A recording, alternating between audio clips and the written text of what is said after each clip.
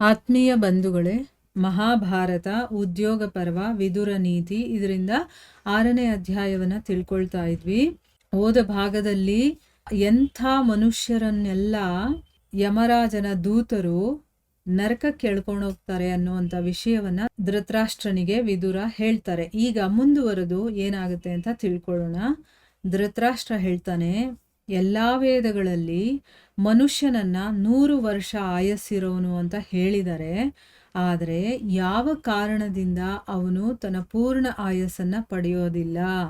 ಈಗ ಕಲಿಯುಗದ ಆಯಸ್ ಎಷ್ಟಿದೆ ಅಂತಂದ್ರೆ 100 ವರ್ಷ ಅಂತ ಎಲ್ಲಾ ಕಡೆನೂ ಹೇಳ್ತಾರೆ. ಆದರೆ 100 ವರ್ಷ ಕಂಪ್ಲೀಟ್ ಆಗಿ ಎಲ್ಲರೂ ಬದುಕೋದಿಲ್ವಲ್ಲ, ಅದಕ್ಕೆ ಕಾರಣ ಏನು ಅಂತಂದ್ಬಿಟ್ಟು ಇಲ್ಲಿ ಕೇಳ್ತಾ ಇದ್ದಾನೆ.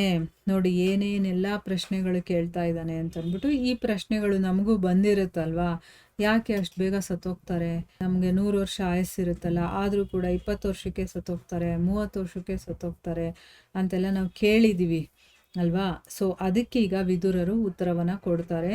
ರಾಜನೇ, ನಿಮಗೆ ಕಲ್ಯಾಣವಾಗಲಿ. ಅತ್ಯಂತ ಅಭಿಮಾನ ಅಂದರೆ ತುಂಬ ಅಹಂಕಾರ, ನಾನು ನಂದು ಅನ್ನೋದಿರೋದು, ಮತ್ತು ಹೆಚ್ಚು ಮಾತಾಡೋದು, ಆಮೇಲೆ ತ್ಯಾಗದ ಅಭಾವ ಅಂದರೆ ಎಲ್ಲ ನನಗೇ ಇರಬೇಕು, ತ್ಯಾಗ ಮಾಡೋದಂತೂ ಅಂಥ ಮನುಷ್ಯನಲ್ಲಿ ಇರೋದಿಲ್ಲ. ಆಮೇಲೆ ಕೋಪ, ಆಮೇಲೆ ತನ್ನ ಹೊಟ್ಟೆನ ತುಂಬಿಸ್ಕೊಳ್ಳೋದು ಅಷ್ಟೇ ಅವನ ಚಿಂತೆ ಇರುತ್ತೆ. ಮತ್ತು ಮಿತ್ರನಿಗೆ ದ್ರೋಹ ಮಾಡುವಂಥ ಈ 6 ಚೂಪಾದ ಬಾಣಗಳು ದೇಹದಾರಿಗಳ ಆಯಸ್ಸನ್ನು ಕಡಿಮೆ ಮಾಡುತ್ತೆ.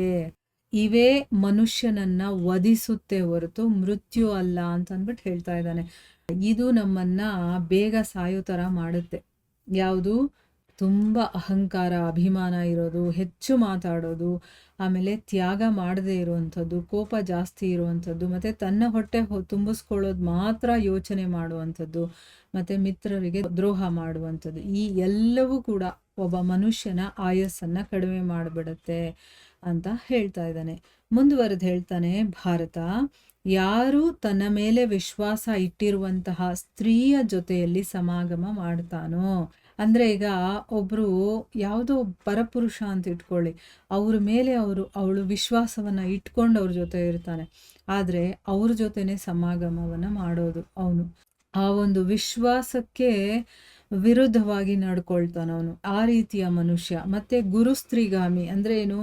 ಗುರುವಿನ ಪತ್ನಿ ತಾಯಿಯ ಸಮಾನ ಆದರೂ ಕೂಡ ಅವಳ ಮೇಲೆ ಅವನು ಆಸೆ ಪಡೋದು. ಆಮೇಲೆ ಬ್ರಾಹ್ಮಣನಾಗಿದ್ದರೂ ಕೂಡ ಶೂದ್ರ ಸ್ತ್ರೀ ಜೊತೆ ಸಂಬಂಧವನ್ನು ಇಟ್ಕೊಳ್ಳೋದು, ಮತ್ತು ಹೆಂಡ ಕುಡಿಯೋಂಥವನು, ಮತ್ತು ಯಾರು ಹಿರಿಯರ ಮೇಲೆ ಅಧಿಕಾರ ಅಂದರೆ ಒಂಥರ ಆರ್ಡ್ರ್ ಮಾಡೋದು, ಆ ರೀತಿ ತನ್ನ ಆರ್ಡ್ರನ್ನ ಚಲಾಯಿಸ್ತಾನಲ್ಲ, ನಾನು ಹೇಳ್ದಂಗೆ ನೀವು ಕೇಳಬೇಕು ಅಂತಂದ್ಬಿಟ್ಟು ಅಂಥವನು, ಮತ್ತು ಬೇರೆಯವರ ಜೀವನವನ್ನು ಹಾಳು ಮಾಡುವಂಥವನು, ಮತ್ತು ಬ್ರಾಹ್ಮಣರನ್ನ ಸೇವಾ ಕಾರ್ಯಕ್ಕೋಸ್ಕರ ಅಲ್ಲಿ ಇಲ್ಲಿ ಕಳಿಸೋವಂಥವನು.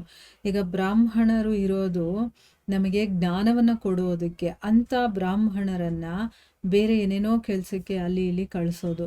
ಮತ್ತು ಶರಣಾಗತರು ಅಂದರೆ ನಮಗೆ ನೀವು ಶರಣಾಗತಿ ಕೊಡಿ ಅಂತ ಯಾರೋ ಕಷ್ಟದಲ್ಲಿದ್ದವರು ನಮ್ಮ ಸಹಾಯವನ್ನು ಬೇಡಿ ಬಂದಿರ್ತಾರಲ್ಲ, ಅಂಥವ್ರಿಗೆ ಹಿಂಸೆ ಕೊಡುವಂಥವನು. ಇವರೆಲ್ಲರೂ ಕೂಡ ಬ್ರಾಹ್ಮಣ ಹತ್ಯೆಗೆ ಸಮಾನ. ಅಂತಂದರೆ ಈ ರೀತಿ ಕೆಲಸಗಳನ್ನೆಲ್ಲ ಯಾರು ಮಾಡ್ತಾರೋ ಅವರು ಬ್ರಹ್ಮ ಹತ್ಯೆ ಮಾಡಿದ್ರೆ ಎಷ್ಟು ಪಾಪ ಬರುತ್ತೋ ಅದಕ್ಕೆ ಸಮಾನವಾದಂಥ ಪಾಪ ಇದು. ಅಂದರೆ ಅವ್ರಿಗಂಥ ಶಿಕ್ಷೆನೇ ಸಿಗತ್ತೆ.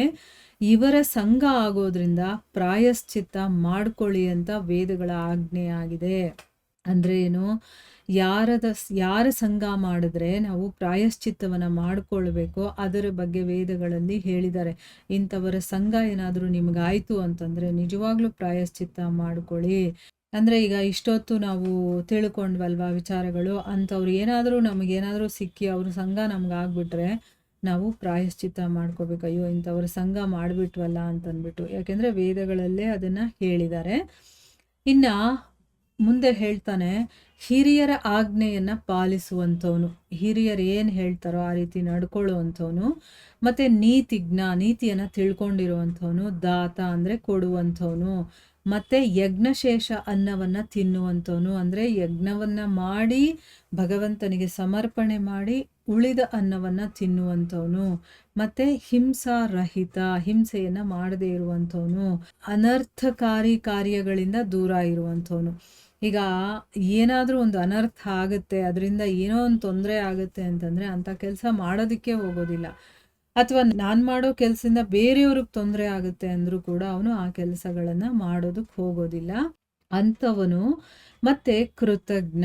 ಯಾರಾದರೂ ಸಹಾಯ ಮಾಡಿದರೆ ಅದನ್ನು ನೆನಪಲ್ಲಿಟ್ಕೊಂಡು ಅವ್ರಿಗೂ ಕೂಡ ತನ್ನ ಕೈಯಲ್ಲಾದಷ್ಟು ಸಹಾಯ ಮಾಡುವಂಥವನು. ಮತ್ತೆ ಸತ್ಯವಾದಿ, ಮತ್ತೆ ಕೋಮಲ ಸ್ವಭಾವ ಇರುವಂಥ ವಿದ್ವಾಂಸ. ಇವರೆಲ್ಲರೂ ಕೂಡ ಸ್ವರ್ಗಗಾಮಿಯಾಗಿರ್ತಾರೆ, ಅಂದರೆ ಸ್ವರ್ಗಕ್ಕೆ ಹೋಗುವಂಥವ್ರು. ನೋಡಿ, ಇಲ್ಲಿ ನರಕಕ್ಕೆ ಯಾರ್ಯಾರು ಹೋಗ್ತಾರೆ ಅಂತ ಹೇಳಿದ್ನಲ್ವಾ, ಈಗ ಸ್ವರ್ಗಕ್ಕೆ ಯಾರು ಹೋಗ್ತಾರೆ ಅನ್ನೋದನ್ನು ಕೂಡ ಹೇಳಿದ್ದಾರೆ. ಅಂದರೆ ಇದನ್ನೆಲ್ಲ ನೀನು ಪಾಲನೆ ಮಾಡಿದ್ರೆ ನೀನು ಸ್ವರ್ಗಕ್ಕೆ ಹೋಗ್ತೀಯಾ ಅಂತಂದ್ಬಿಟ್ಟು ಇಲ್ಲಿ ಹೇಳ್ತಾ ಇರೋದು. ಬೇರೆಯವ್ರಿಗೆ ಹಿಂಸೆ ಕೊಡಬಾರದು, ಆಮೇಲೆ ಯಜ್ಞವನ್ನು ಮಾಡಿ ಅದರ ಅನ್ನವನ್ನು ತಿನ್ನಬೇಕು, ಹಿರಿಯರ ಆಜ್ಞೆಯನ್ನು ಪಾಲಿಸಬೇಕು, ಬೇರೆಯವರಿಗೆ ದಾನವನ್ನು ಕೊಡಬೇಕು, ಕೃತಜ್ಞನಾಗಿರಬೇಕು, ಸತ್ಯವನ್ನು ಮಾತಾಡಬೇಕು, ಈ ರೀತಿ ಬೇಕಾದಷ್ಟು ಗುಣಗಳನ್ನು ಹೇಳಿದ್ನಲ್ಲ, ಇಂಥವರು ಸ್ವರ್ಗಗಾಮಿ ಆಗ್ತಾರೆ ಅಂತಂದ್ಬಿಟ್ಟು ವೇದಗಳಲ್ಲಿ ಹೇಳಿದ್ದಾರೆ ಅಂತಂದ್ಬಿಟ್ಟು ಹೇಳ್ತಾನೆ. ನೋಡಿ, ಈಗ ನಮಗೂ ಗೊತ್ತಾಯಿತು ಯಾರ್ಯಾರೆಲ್ಲ ನರಕಕ್ಕೆ ಹೋಗ್ತಾರೆ, ಯಾರ್ಯಾರೆಲ್ಲ ಸ್ವರ್ಗಕ್ಕೆ ಹೋಗ್ತಾರೆ. ಅಂದರೆ ಏನು ಗುಣಗಳಿದ್ರೆ ನರಕ ಸಿಗುತ್ತೆ, ಏನು ಗುಣ ಇದ್ದರೆ ಸ್ವರ್ಗ ಸಿಗುತ್ತೆ ಅನ್ನೋದು ಈಗ ಇವರಿಬ್ಬರ ಸಂಭಾಷಣೆಯಿಂದ ನಮಗೆ ತಿಳಿಯುತ್ತಲ್ವ. ಇದರ ಮುಂದುವರೆದ ಭಾಗ ಇನ್ನೂ ಇದೆ, ಅದನ್ನು ನಾವು ಮುಂದಿನ ಭಾಗದಲ್ಲಿ ತಿಳ್ಕೊಳ್ಳೋಣ. ಹರೇ ಕೃಷ್ಣ.